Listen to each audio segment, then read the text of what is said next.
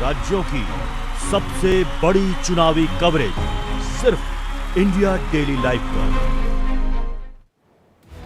नमस्कार, India daily देख रहे हैं आप और आपके साथ मैं हूं सुरभि तिवारी। तो मध्य प्रदेश और छत्तीसगढ़ में खत्म होने वाला है चुनाव। तो मध्य प्रदेश में शाम 6 बजे चुनाव खत्म हो जाएगा, यानी मतदान की प्रक्रिया पर विराम लगेगा और छत्तीसगढ़ में शाम 5 बजे तक वोटिंग की प्रक्रिया को समाप्त कर दिया जाएगा। और वहीं मध्य प्रदेश में दोपहर 3 बजे तक 60.4% तक का मतदान अब तक हो चुका है। दोपहर 3 बजे तक छत्तीसगढ़ में 55.31% की वोटिंग हुई है। मध्य प्रदेश की 230 और वहीं छत्तीसगढ़ की 70 सीटों पर वोटिंग अभी भी जारी है। तो अब महज कुछ ही देर और बाकी रह गए हैं जब मतदान की प्रक्रिया जारी रहेगी। लेकिन एक और जहां मध्य प्रदेश में 6 बजे मतदान की प्रक्रिया को खत्म किया जाएगा, तो वहीं छत्तीसगढ़ में 5 बजे इसे खत्म किया जाएगा।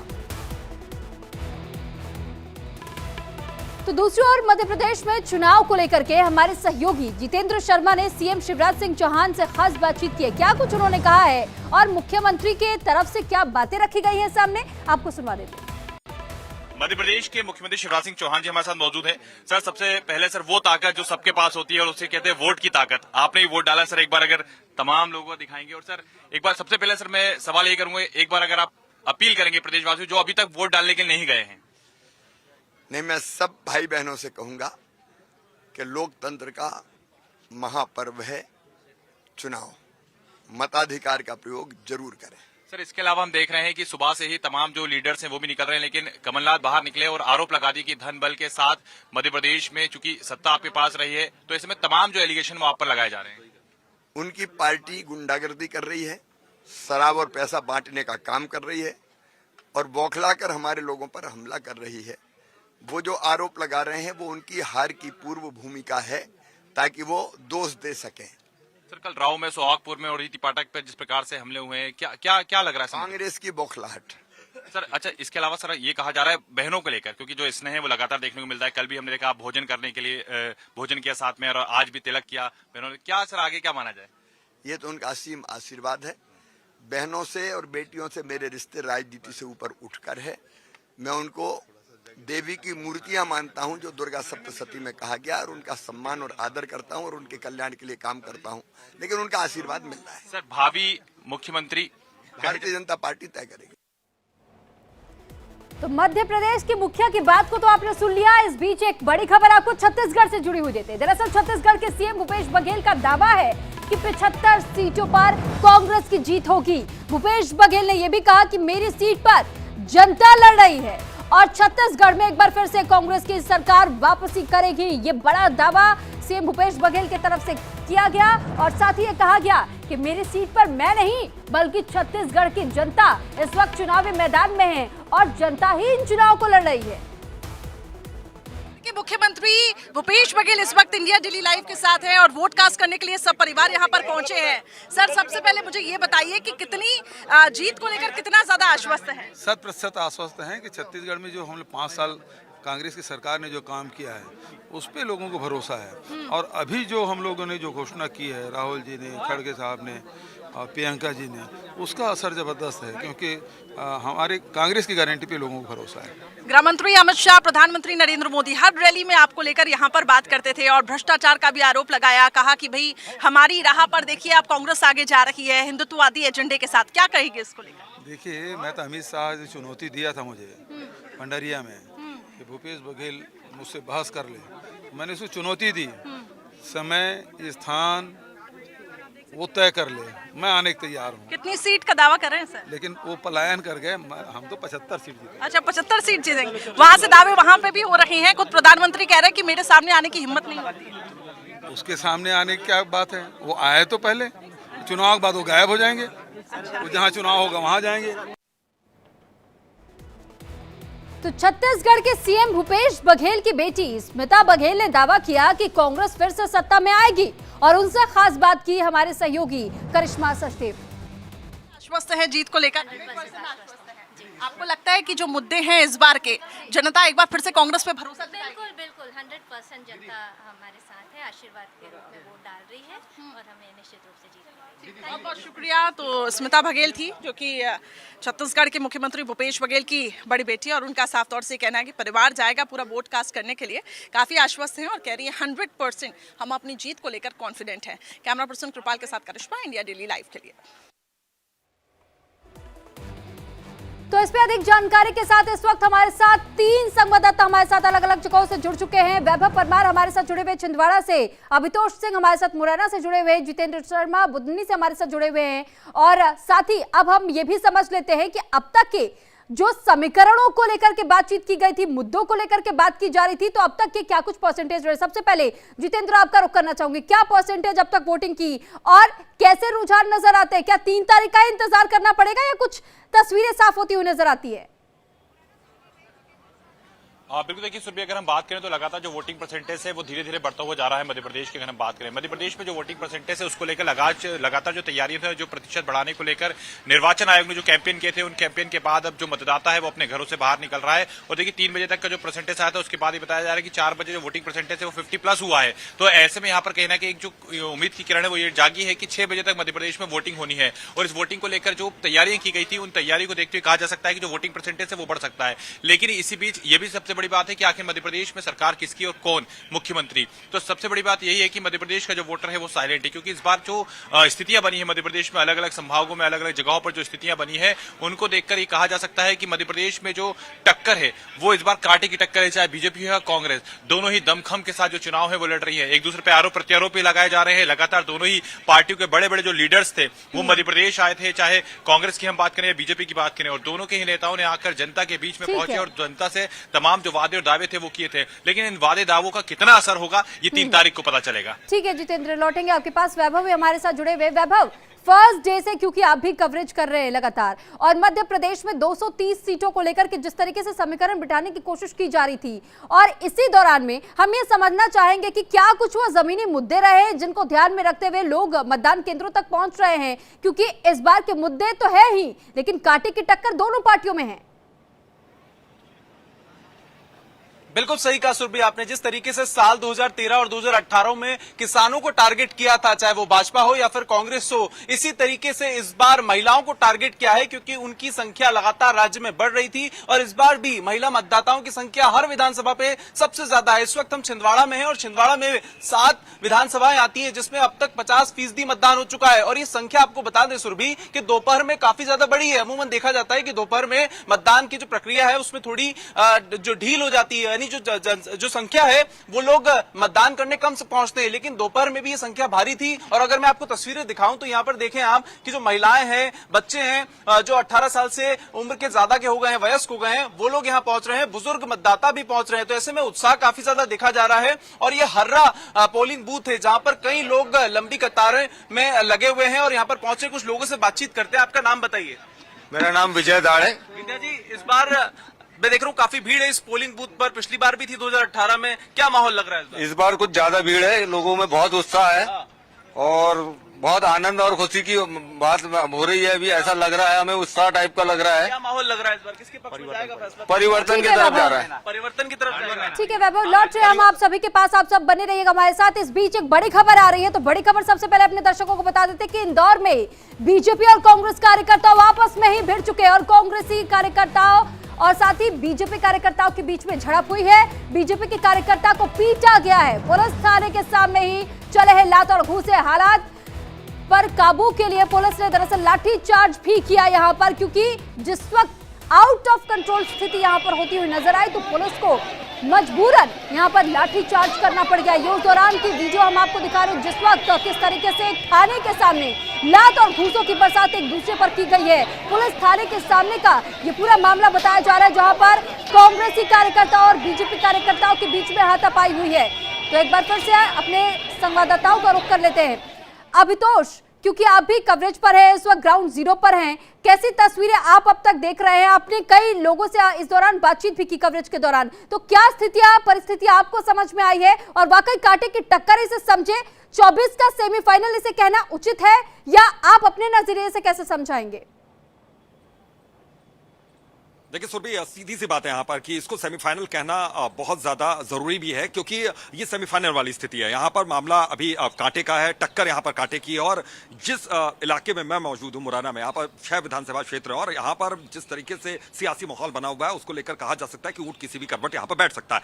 ये मैं सुबह सुबह बता दूं कि सुबह सुबह के वक्त यहाँ पर अच्छी खासी तादाद में लोग निकले थे। उसके बाद थोड़ा सा दोपहर में थोड़ी सी संख्या कम हुई थी। इस वक्त काफी कम संख्या हो गई है, क्योंकि मुरैना क्षेत्र में करीब 10 से 12 ऐसे मतदान केंद्र थे जहां पर मैं पहुंचा था और वहां पर इसकी व्यवस्था खासतौर पर की गई है कि जो वोटर्स की संख्या बहुत ज्यादा एक जगह न बढ़े। यही वजह है कि यहां पर मतदान केंद्रों की अच्छी खासी तादाद भी नजर आ रही है।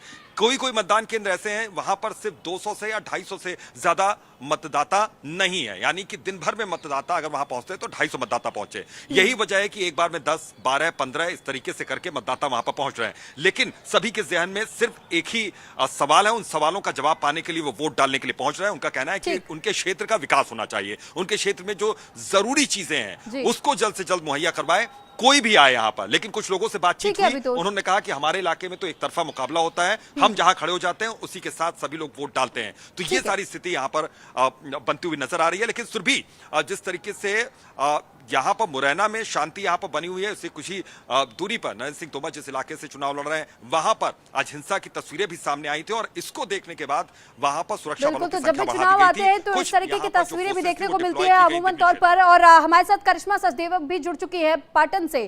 करिश्मा, आप छत्तीसगढ़ में कैसी तस्वीरें देख रही है, क्योंकि आपने सीएम बघेल से भी बात की और साथ ही आम लोगों के मन को भी टटोलने की कोशिश की, बीजेपी के लोगों से भी बातचीत की। तो अब तक के बातचीत के दौरान आप अब तक कैसी तस्वीर को वहां पर समझ पाई हैं? क्योंकि एक और तो सीएम भूपेश बघेल की तरफ से कहा जा रहा है कि वापसी कांग्रेस ही कर रही है, बीजेपी दावा कर रही है कि चाहे भूपेश बघेल कुछ भी कह ले लेकिन इस बार तख्ता पलट होगा। बिल्कुल, और यहाँ पे सत्ता परिवर्तन की सुरभि बात यहाँ पर की जा रही है। लेकिन भूपेश बघेल मुझे काफी कॉन्फिडेंट दिखाई दिए, काफी आश्वस्त दिखाई दिए अपनी जीत को लेकर। पाटन में मैं उस वक्त थी और पाटन में देखिए ग्रामीण अंचल है तो इसलिए धीरे धीरे करके लोग वहां पर पहुंचे थे वोट डालने के लिए। लेकिन कहीं ना कहीं आदिवासी फैक्टर एक बहुत बड़ा रोल यहाँ पर प्ले करता है, क्योंकि कहा जाता है जिसका आदिवासी उसी की तरफ सत्ता रुख करती है। और इस बार चलिए हम जनता से ही सीधे जानते हैं कि आखिर किन मुद्दों के तहत उन्होंने वोट दिया है। क्या कहेंगे, किन मुद्दों के तहत वोट दिया आपने? विकास, अभी विकास नाम की कोई चीज नहीं है, 5 साल से खाली भ्रष्टाचार हुआ है, कहीं कहीं विकास नहीं हुआ। किसी गांव में भी चले जाओ, वहाँ के लोकल लोग भी बोल रहे हैं विकास नहीं है। आप क्या कहेंगे?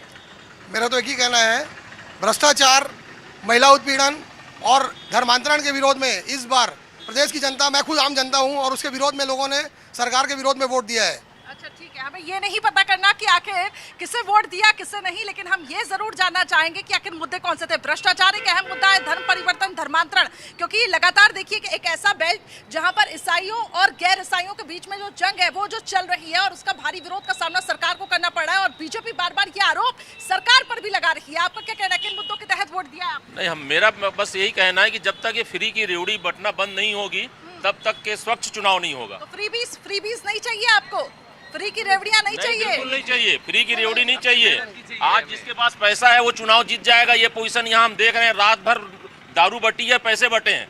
और नाराजगी क्यों है, ये नाराजगी घोषणा है आर्थिक आधार पर सुविधाएं देने चाहिए, ये फॉरवर्ड की रेवड़ियां बिल्कुल बंद होनी चाहिए। बिल्कुल बंद होनी चाहिए। आरक्षण आर्थिक आधार पर ही होना चाहिए, जाति के आधार पर नहीं। अब बदलना चाहिए।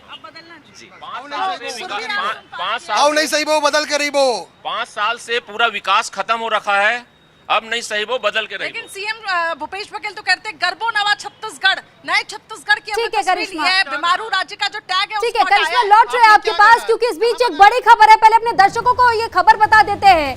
दरअसल वोटिंग के दौरान मुरैना में भारी बवाल हुआ है, 2 पक्षों के बीच में फायरिंग की भी खबर है और दिमनी इलाके में 2 पक्षों में पथराव हुआ। तो दिमनी से बीजेपी प्रत्याशी है नरेंद्र सिंह तोमर और ऐसे में इस बीच जिस तरीके के हालात वहां पर बने हुए हैं, हालात इस वक्त आउट ऑफ कंट्रोल जैसी तस्वीर वहां नजर आती है। हालांकि 2 पक्षों के बीच में फायरिंग की खबर मिली है, जबकि दिमनी इलाके में 2 पक्षों में पथराव हुआ है। दिमनी से बीजेपी प्रत्याशी है नरेंद्र सिंह तोमर और बड़ी खबर ये आपको इस वक्त की बता रहे हैं। 2 अलग अलग तस्वीरों के जरिए स्थिति को हम आप तक पहुंचाने की कोशिश भी कर रहे हैं कि किस तरीके से मतदान के दौरान ही भारी बवाल यहां पर देखने को मिला है।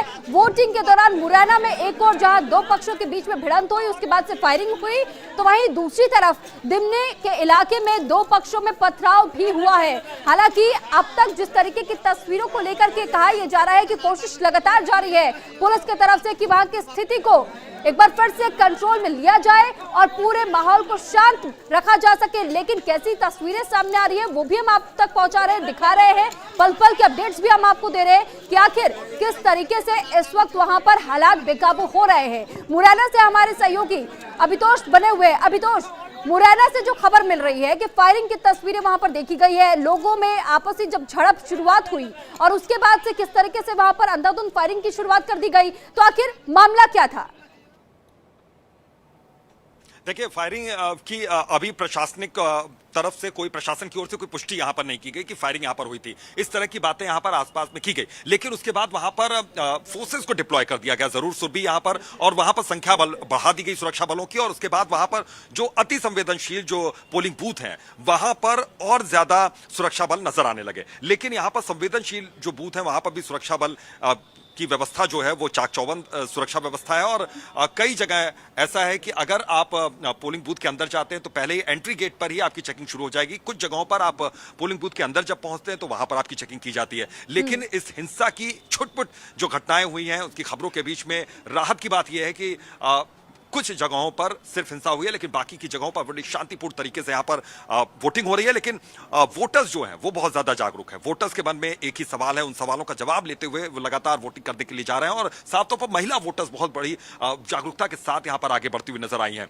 सुबह के वक्त उनकी संख्या थोड़ी सी ज्यादा थी, उसके बाद जो नारा लगाया गया था कि पहले मतदान फिर नारे पर नजर आई थी। उसके बाद दोपहर में थोड़ी संख्या कम हुई, फिर बढ़ी।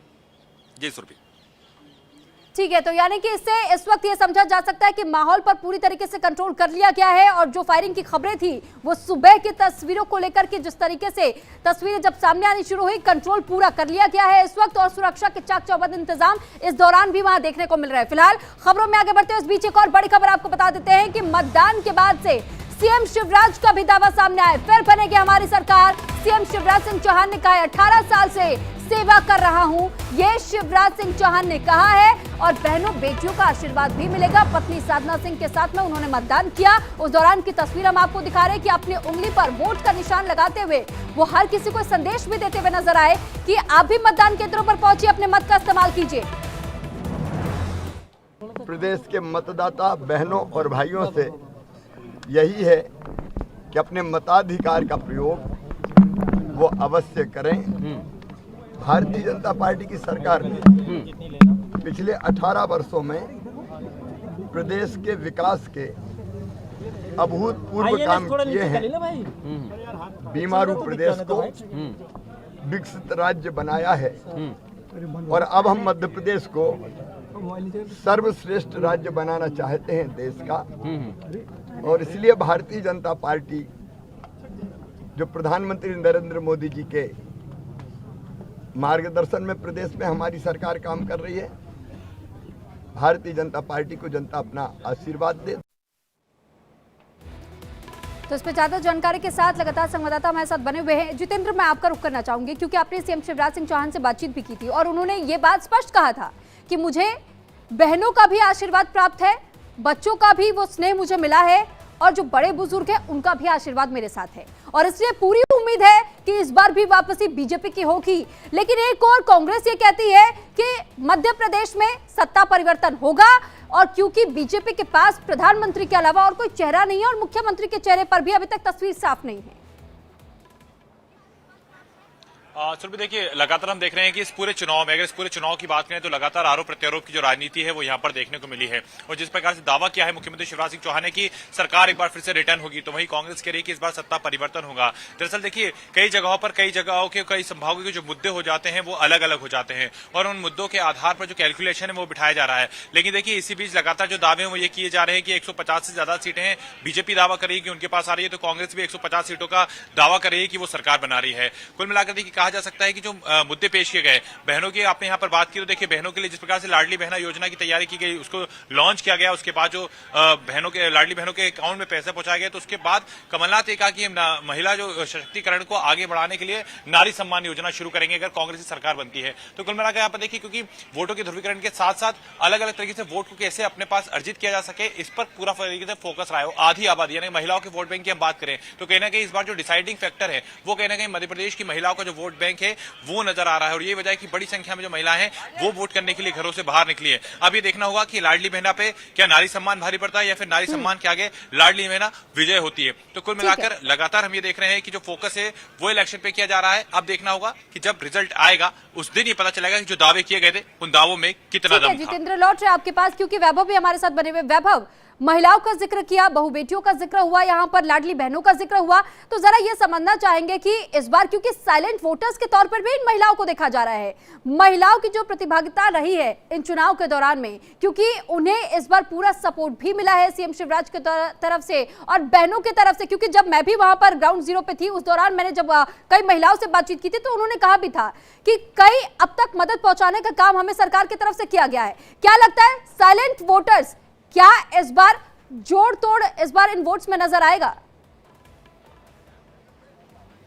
बिल्कुल सुरभि, आपने बिल्कुल ठीक कहा कि जो टारगेट है वो महिलाओं को किया गया, चाहे भाजपा की तरफ से किया गया हो या फिर कांग्रेस की तरफ से किया गया हो। पहले से भारतीय जनता पार्टी ने लाडली लक्ष्मी योजना चला रखी थी जो बालिकाओं के लिए थी। अब उन्होंने उन महिला मतदाताओं को टारगेट किया जो बड़ी थी, जो कुछ काम नहीं कर रही थी या जो कर भी नहीं थी, तो उन्हें पैसा दिया जाए। उनके खातों में पहले 1000 रुपए दिए गए, 1250 रुपए दिए गए, उसे बढ़ाने की भी बात कही कि आगे जाकर वो 1500 और 3000 रुपए तक प्रतिमाह दिए जाएंगे। यही दावा कांग्रेस ने भी किया कि हम अगर सत्ता में आते हैं तो 1500 रुपए प्रतिमाह दिए जाएंगे उन महिलाओं को जो काम कर रही हैं, जो नहीं भी कर रही हैं उन्हें भी दिए जाएंगे। लेकिन ये देखा जाएगा कि उनकी आर्थिक पृष्ठभूमि किस तरीके से है, उनका बैकग्राउंड कैसा है। लेकिन सबसे ज्यादा जो टारगेट है वो महिलाओं को किया गया है। 2018 में हमने देखा कि किसानों की बात दोनों सरकार करती थी, महिला मतदाता भी आपको जगह जगह पर देखने को मिलेगी, बुजुर्ग मतदाता भी यहाँ पर है जो पहुंच रही हैं। और ये देखेंगे, अगर हम कुछ लोगों से भी बातचीत करने की कोशिश करेंगे कि क्या माहौल उनपे दिख रहा है। आपका नाम बताइए।